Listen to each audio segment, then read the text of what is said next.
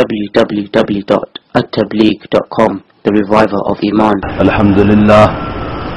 الحمد لله نحمده ونستعينه ونستغفره ونؤمن به ونتوكل عليه ونعوذ بالله من شرور أنفسنا ومن سيئات أعمالنا من يهده الله فلا مضل له ومن يضلله فلا هادي له ونشهد أن لا إله إلا الله وحده لا شريك له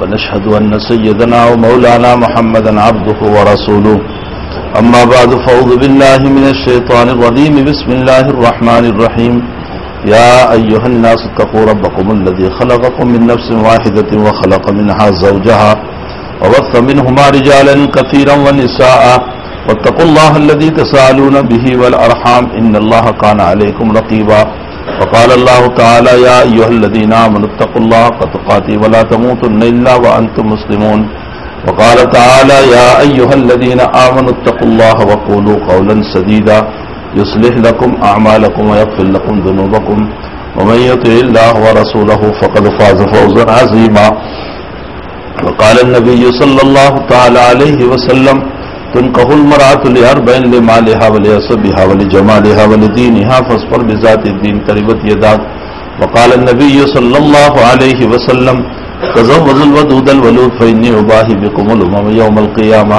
وقال النبي صلى الله عليه وسلم وأنا أتزوج النساء فمن رغب عن سنتي فليس مني أو كما قال صلى الله عليه وسلم صدق رسول الله صلى الله عليه وسلم. بزرگان محترم، میں معذرت چاہتا ہوں کہ تھوڑی تاخیر ہو گئی، اس لیے کہ ذہن سے مسئلہ نکل گیا تھا اور کل سے میں شدید بخار میں ہوں، تو بس حضرت مولانا یوسف صاحب کا فون آیا اور ویسے ہی وضو کر کے گاڑی میں بیٹھا، شاید مجھے یہاں پہنچتے ہوئے خرور سے 25 منٹ لگی، اتنا تیز رفتار دوڑتا ہوا آیا تاکہ بھائی وعدہ خلافی نہ ہو جائے. بہرحال تھوڑی تاخیر ہو گئی، میں معذرت چاہتا ہوں. یہ عجیب و غریب بات ہے کہ خوشی کا موقع ہوتا ہے نکاح تو خوشی کا موقع ہے، لیکن نبی کریم صلی اللہ علیہ وسلم نے جو آیات پڑھی ہے وہ تمام کی تمام آیات تقوی کی ہے، ڈرانے کی ہے. تقوی کا معنی ڈرانا، یا ایھا الذین آمنوا اتقوا اللہ، یا ایھا الذین آمنوا، ڈرانا. تو بھلا یہ دونوں دلہے بیٹھے ہیں اور اگر ابھی اس کے ابا ان کی امی تھپڑ مارے، نالائق کہیں کا ایسا کر رہا ہے تو لوگ کیا کہیں گے؟ بے وقوف لوگ ہو، شادی کے موقع پر تو ذرا خوشی ہوا کرتی، آپ ان کو ڈراتے کیوں ہیں؟ تو خوشیوں کے موقع پر کوئی ڈرایا نہیں کرتا اور اللہ کے نبی خوشی کے موقع پر ڈرا رہے ہیں. یہ عجیب و غریب بات ہے. آخر اس میں حکمت کیا ہے؟ حکمت یہ ہے کہ نبی کریم صلی اللہ علیہ وسلم اشارہ فرمانا چاہ رہے ہیں کہ دیکھو آج تک تم اکیلے تھے، اب تمہاری زندگی تمہاری بیوی کے ساتھ چلے گی تو تم دو ہوں گی. ظاہر سی بات ہے کہ بیوی آنے کے بعد مسائل بدل جایا کرتے. انسان اکیلا ہوتا ہے، جہاں چاہے کھا لیا پی لیا، رات آیا گھر سو گیا، مسئلے ہو گئے. بیوی کے آنے کے بعد مسائل بدلتے، اب رات کو وقت پہ آنا پڑے گا. بیوی کے آنے کے بعد مسائل بدلتے ہیں، اس کے ساتھ کھانا پڑے گا، اس کی ضروریات کو پورا کرنا پڑے گا، اس کے مسائل کو پورے کرنے پڑیں گے، اس کے تقاضوں کو پورا کرنا پڑے گا. یہ تمام مسائل ہیں. ایک انسان یہاں سے دہلی کا سفر کر رہا ہے تو سفر کی فضیلتیں بیان کرنے کی ضرورت نہیں ہے کہ اچھا سفر کرنا بہت اچھا ہے، سفر میں یہ فائدہ، اس لیے کہ وہ تو آلریڈی سفر کے لیے تیار ہو گیا ہے، ٹکٹ اس نے راجدھانی کا لے لیا ہے، اس کو دہلی جانا ہی ہے. اب اس کو تو یہ بتانا ہے کہ دیکھو تم جا رہے ہو دہلی تو وہاں ٹھگوں سے بچنا، وہاں ٹھگ بہت ہوتے ہیں، کہیں ادھر ادھر نہ ہو جانا، مسائل تمہارے کھڑے ہو جائیں گے. تو نکاح کے موقع پر نکاح کی فضیلتیں بیان کرنا کہ نکاح کی یہ فضیلت ہے اور وہ فضیلت ہے، آلریڈی یہ تو تیار ہو کر بیٹھے ہیں کہ مول صاحب بیان بعد میں، پہلے ہاں کہلوا دو ہم کو. یہ تو بالکل تیار ہو کر بیٹھے ہوئے ہیں. ایسے موقع پر فضیلت کی کوئی ضرورت نہیں ہے. فضیلت تو ان کو بیان کی جاتی ہے جو نکاح کے لیے تیار نہیں ہوتا ہو, اس کو فضیلتیں سنائی جاتی ہے. یہاں فضیلت کی ضرورت نہیں ہے, اس لیے نبی کریم صلی اللہ علیہ وسلم نے یوں فرمایا تقوی کی آیات پڑھ کر کہ تمہاری زندگی کا ایک نیا سفر شروع ہو رہا ہے, اس سفر میں اللہ کے تقوی کو ہاتھ سے نہ چھوڑنا.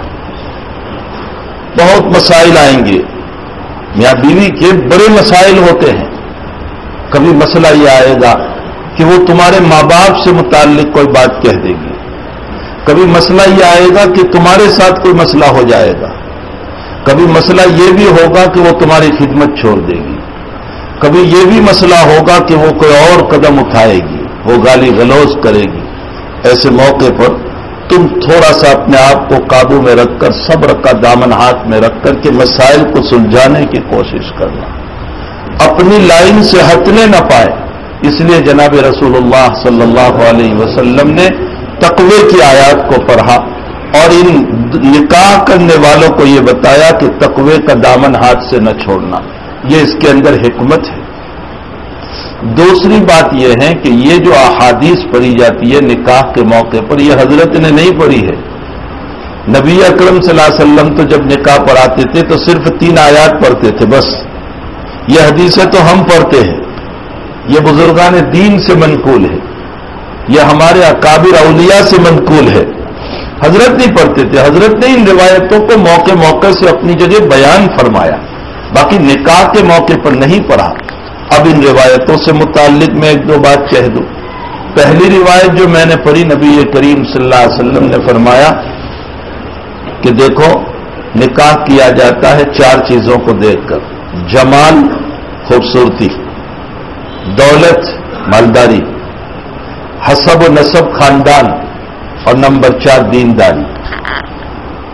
علماء نے اس حدیث کی شرح میں یوں لکھا ہے کہ صرف خوبصورتی کو دیکھ کر اگر تم نے نکاح کیا, جیسے آج کل ہے, خوبصورتی کو دیکھ کر, فرمایا یہ طریقہ ہے عیسائیوں کا. عیسائی نہ علم دیکھتے ہیں, نہ تقوی دیکھتے ہیں, نہ پرہیزگاری دیکھتے ہیں, کچھ نہیں دیکھتے, وہ صرف خوبصورتی پر فدا ہو جاتے ہیں. یہ طریقہ ہے عیسائیت کا. اگر تم نے خوبصورتی کی بنیاد پر کسی لڑکی سے خطبہ کیا, منگنی کی, طے کیا, تو یاد رکھو جس دن تمہارا خطبہ ہوا اسی دن سے تم نے عیسائیت کی بنیاد ڈال دی. تمہاری آنے والی اولاد عیسائیت کے طریقے پر ہوگی. اور اگر تم نے صرف دولت کو دیکھ کر نکاح کیا تو یہ طریق ہے یہودیوں کا. یہودی دولت کی بنیاد پر نکاح کرتے ہیں, جہاں مالداری ہوتی ہے وہی نکاح کرتے ہیں.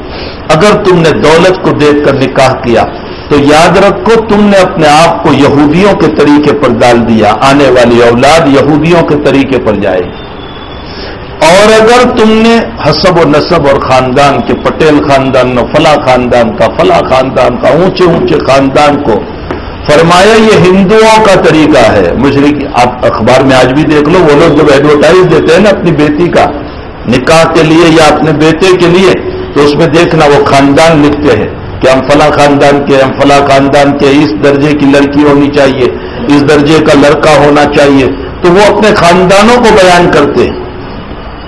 اگر خاندان کی بنیاد پر تم نے نکاح کیا صرف خاندان کی نسبت کو دیکھ کر, تو یاد رکھو بنیاد ڈال دی ہم نے مشرکیت کی. آئندہ آنے والی اولاد ان کے طریق پر جائے گی.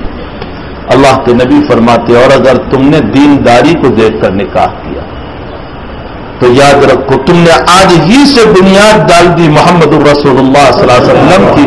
تمہاری آنے والی اولاد طریقہ محمدی پر جائے گی. فظفر بذات الدین تربت یدا.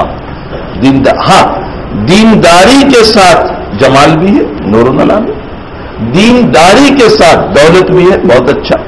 لیکن لڑکے کو چاہیے کہ لڑکی کی دولت کے اوپر نظر نہ رکھے. یہ آج کل جو مسئلہ ہو گیا ہے, لڑکی کی دولت, لڑکے کو تو یہ حق شریعت نے دیا ہے کہ تو کما کر اس کو کھلا, نہ یہ کہ اس کی دولت کو اپنی ذات پر استعمال کرے. مرد کو یہ کہا گیا ہے کہ اس کی کفالت تیرے ذمے ہے, تیری کفالت اس کے ذمے نہیں ہے. اس کو تو فراش بنایا ہے, بستر بنایا ہے تیرے لیے, تجھے یہ حق نہیں ہے کہ اس کی دولت کو تو استعمال کرے. تو اگر دینداری کے ساتھ جمال ہے, دولت ہے, اور پھر اس کے ساتھ خاندان بھی اچھا ہے، بہت اچھا ہے، نور علی نور، لیکن صرف اسی کو بنیاد نہ بناؤ۔ اب رہ گیا مسئلہ دینداری کا کہ دینداری کتنی ہونی چاہیے۔ یاد رکھو اس میں عالمہ ہونا شرط نہیں ہے، بہت سے لوگ یہ سمجھ لیتے ہیں عالمہ ہونا شرط نہیں۔ دینداری کا مطلب یہ بھی نہیں ہے کہ وہ تہجد گزار ہو، لڑکا یا لڑکی۔ دینداری کا مطلب یہ بھی نہیں ہے کہ وہ چلوں پہ چلے دینے والے ہو۔ دینداری کا مطلب یہ بھی نہیں ہے کہ وہ علامۃ الدہر اور عالم ہو، نہ، یہ سب دینداری کا مسئلہ نہیں ہے۔ دینداری کا مطلب یہ ہے کہ وہ 5 وقت کے نمازی ہو جو فرائض اللہ کے ہیں، ان فرائض کو ادا کر رہے ہو اور اخلاق حسنہ والی اس کی زندگی ہے، یہ پکے دیندار ہے۔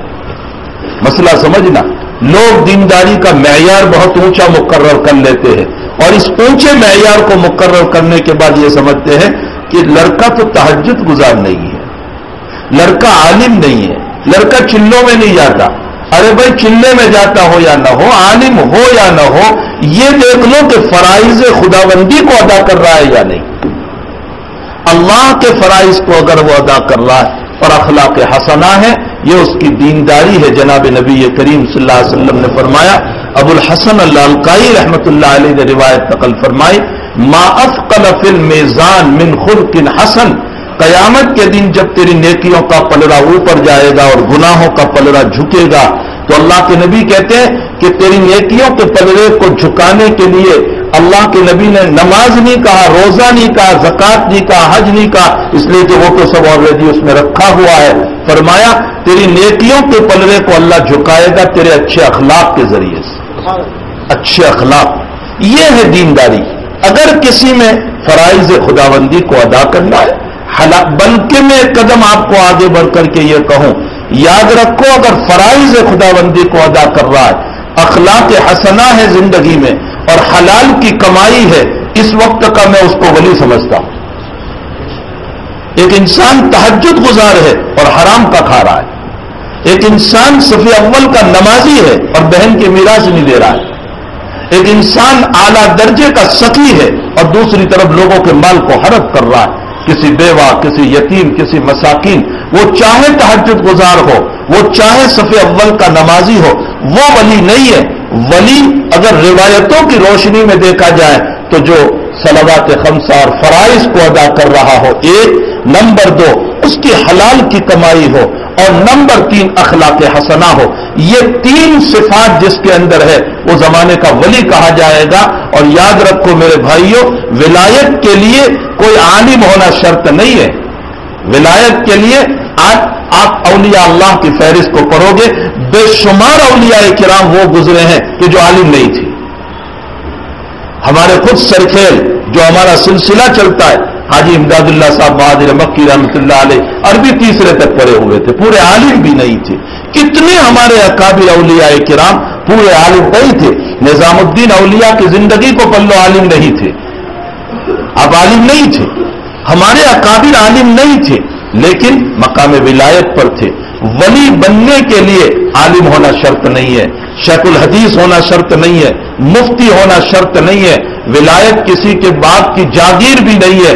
آپ میں سے ہر فرد ولی بن سکتا ہے، ہر فرد، مایوس نہ ہو، آپ میں سے ہر فرد ولی بن سکتا ہے۔ قرآن کریم میں اللہ تعالیٰ نے فرمایا، من رجل او انثى وهو مؤمن فلنحيينه حياة طيبة ولنجزينهم اجرهم باحسن ما كانوا يعملون۔ کیا آیت ہے شروع میں؟ من عمل صالحا من ذکر او انثى، من عمل صالحا جس نے اعمال صالحہ کیے، من ذکر او انثى چاہے وہ مرد ہو یا وہ عورت ہو، من عمل صالحا من ذکر او انثى وهو مؤمن، شرط یہ ہے کہ وہ مومن ہو، ایمان کے بغیر تو کچھ قبول ہوتا ہی۔ فَلَنُحْيِيَنَّهُ حَيَاةً طَيِّبَةً، ہم ان کو پاکیزہ زندگی عطا کریں گے۔ صاحب روح المعانی لکھتے ہیں ولایت عطا کریں گے۔ فَلَنُحْيِيَنَّهُ حَيَاةً طَيِّبَةً وَلَنَجْزِيَنَّهُمْ أَجْرَهُمْ بِأَحْسَنِ مَا كَانُوا يَعْمَلُونَ، بہترین بدلہ اس کو عطا فرمائیں گے، بہترین بدلہ اس کو عطا فرمائیں گے۔ تو میرے بھائیوں، ہمیں ضرورت ہے کہ ہم اپنی زندگی کو پاکیزہ بنائیں، تقوی والی بنائیں، ورع والی بنائیں، اکیلے ہو تو بھی، فیملی کے ساتھ ہو تو بھی، ماں باپ کے ساتھ ہو تو بھی، بیوی بچوں کے ساتھ ہو تو بھی، دوست و احباب کے ساتھ ہو تو بھی ہر جگہ پر تقوی ہماری زندگی میں ہونا چاہیے.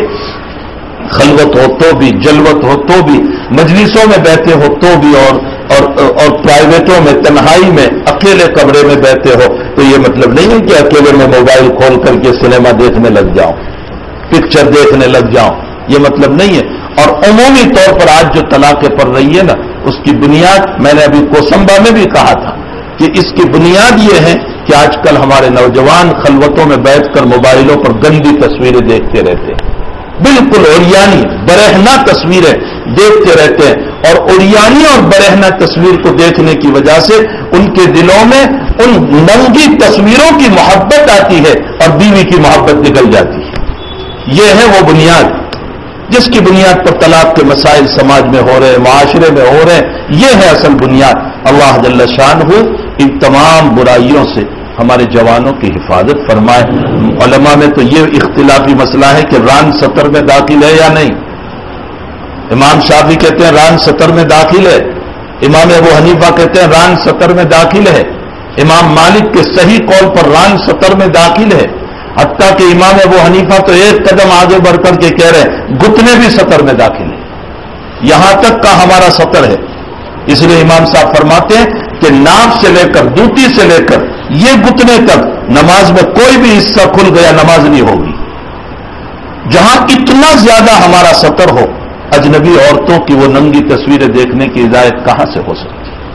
آپ انداز لگائیں ہمارا جوان کیسے تباہ ہو رہا ہے، کیسے برباد ہو رہا ہے. حق تعالی شانہ ہمارے جوانوں کو صحیح رخ زندگی کا عطا فرمائے، صحیح نہج زندگی کا عطا فرمائے، اور اس کو اپنے دماغوں کو درست کر کے. اس کے لیے میرے بھائیوں میں اکثر جاتا ہوں تو ایک بات کہا کرتا ہوں، قرآن کی تلاوت کا معمول بناؤ. اپنا قرآن صحیح کرو، ان علماء کے پاس بیٹھ کر قرآن صحیح کرو اپنا. اس لیے کہ جو غلط قرآن پڑھتے ہیں قیامت کے دن یہ قرآن اس کی سفارش نہیں کرے گا. اور سنو، جو غلط قرآن پڑھتے ہیں اللہ کی لعنت اور قرآن کی لعنت اس پر اترتی ہے.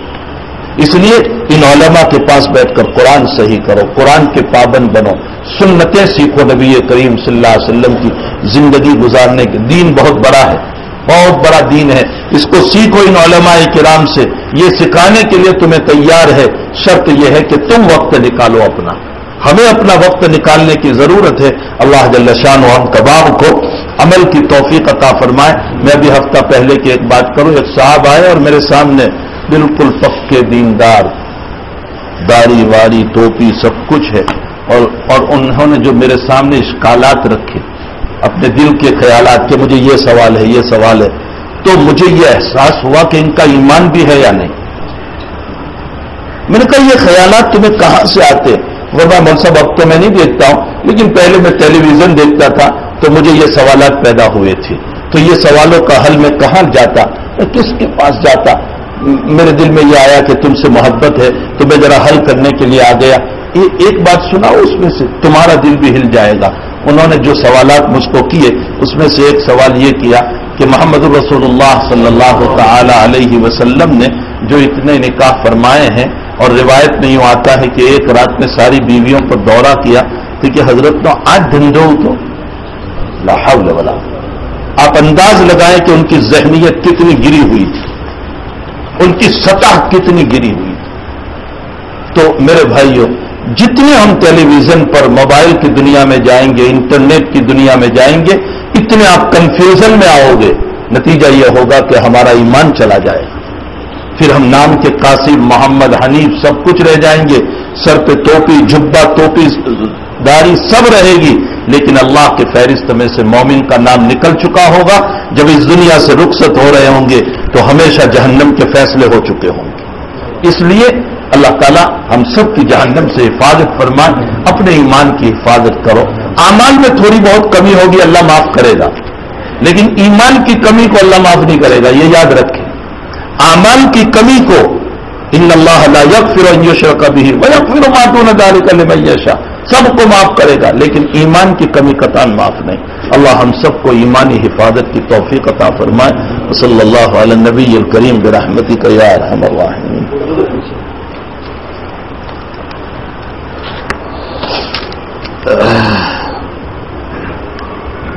یاسین بھائی دلاور رستم محمد پٹیل وکیل صاحب رستم بھائی تمہیں چھو اور گواہ ایک ہیں یوسف موسا پٹیل یوسف بھائی اچھا ماں یوسف صاحب تو مولانا لکھنا چاہیے یا ولی اسماعیل پٹیل ولی بھائی اسماعیل تمہیں چھو اور مہر ہے ₹5000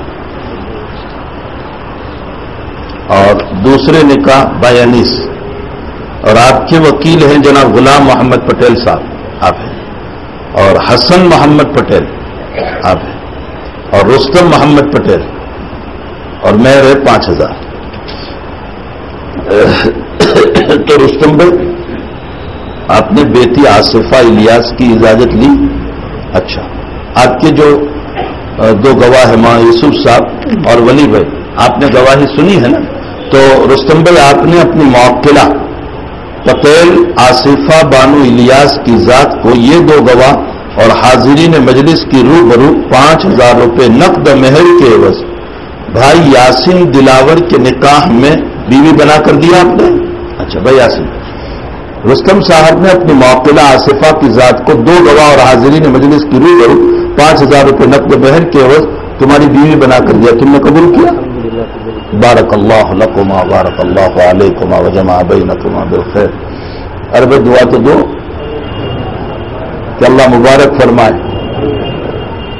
نمبر 2 غلام محمد پٹیل صاحب آپ نے اپنی موکلہ اسما بانو مناف کی ذات کو یہ دو گواہ جناب حسن محمود پٹیل اور رستم بھائی ان دونوں کی گواہی سے حاضرین مجلس کی روبرو 5000 روپے نقد مہر کے عوض بھائی انیس پٹیل الیاس یعقوب کے نکاح میں بیوی بنا کر دیا آپ نے اچھا بھائی انیس غلام بھائی نے اپنی موکلہ اسما کی ذات کو دو گواہ اور حاضرین مجلس کی روبرو 5000 روپے نقد مہر کے عوض اسما بانو مناف کی ذات کو تمہاری بیوی بنا کر دیا تم نے قبول کیا بارک اللہ لکما بارک اللہ علیکما وجمع بینکما بالخیر الحمدللہ رب العالمین والعاقبۃ للمتقین والصلاۃ والسلام علی سید الانبیاء والمرسلین وعلی آلہ وصحبہ اجمعین اللهم انا نسألك العفو والعافیة فی الدین والدنیا والآخرة توفنا مسلما والحقنا بالصالحین غیر خزایا ولا ندامہ ولا مخزومین اللہ ان دونوں نکاحوں کو قبول فرما ان میں مودت و محبت عطا فرما ان کی زندگیوں کو آباد فرما ان کے چمن کو خوشیوں سے بھرپور فرما ہر طرح کے شرور فتن بلایا مصائب سے اللہ ان کی پوری حفاظت فرما اللہ ان کی گود کو اولاد صالح سے آباد فرما بھرپور فرما نیک صالح اولاد ان دونوں کو نصیب فرما اللہ ان سب کے خاندانوں میں محبت عطا فرما خوب پیار نصیب فرما اللہ آپس سے اختلاف و جھگڑوں سے پوری حفاظت فرما اللہ اس مجمع کی جائز تمناؤں کو پوری فرما سب کی حاجتوں کو پورا فرما اللہ اس مجلس میں بہت سارے اولیاء اپنے جوان بیٹوں اور بیٹیوں کو لے کر بیٹھے ہوئے ہیں جن کے نکاح نہیں ہو رہے ہیں اللہ غیب سے ان کے نکاحوں کی شکلیں اور صورتیں پیدا فرما ان کی رکاوٹوں کو ختم فرما ان کی پریشانیوں کو دور فرما غیب سے اسباب پیدا فرما ان کے ماں باپ کی آبرو عزت کی حفاظت فرما اے اللہ جو بیمار ہیں شفا عطا فرما مرحوم ہیں ان کی مغفرت فرما سب کے درجات کو بلند فرما اے اللہ سب کی جائز تمنا و حاجات کو پوری فرما الہ العالمین اس وقت ہمارے دین کے مسائل پر جو پریشانیاں ہیں اپنے فضل سے تو ہی حل کرنے والا ہے اللہ آپ ہی حل فرما دیجئے اللہ بگاڑنے والوں کے قلوب کو ہدایت عطا فرما دیجئے اللہ بگاڑنے والوں کے قلوب کو ہدایت عطا فرما دیجئے اللہ ان مسائل کو صحیح رخ پر ڈال دیجئے ہمارے قرآن کی حفاظت فرما لے ہماری حدیث کی حفاظت فرما لے ہمارے مسائل کی حفاظت فرما لے اللہ جب تک جلائے آبرو عزت ایمان کے ساتھ جلانا اور جب موت دے تو اپنے وقت پر ایمان پر موت عطا فرمانا وصلی اللہ علی النبی الکریم برحمتک یا ارحم الراحمین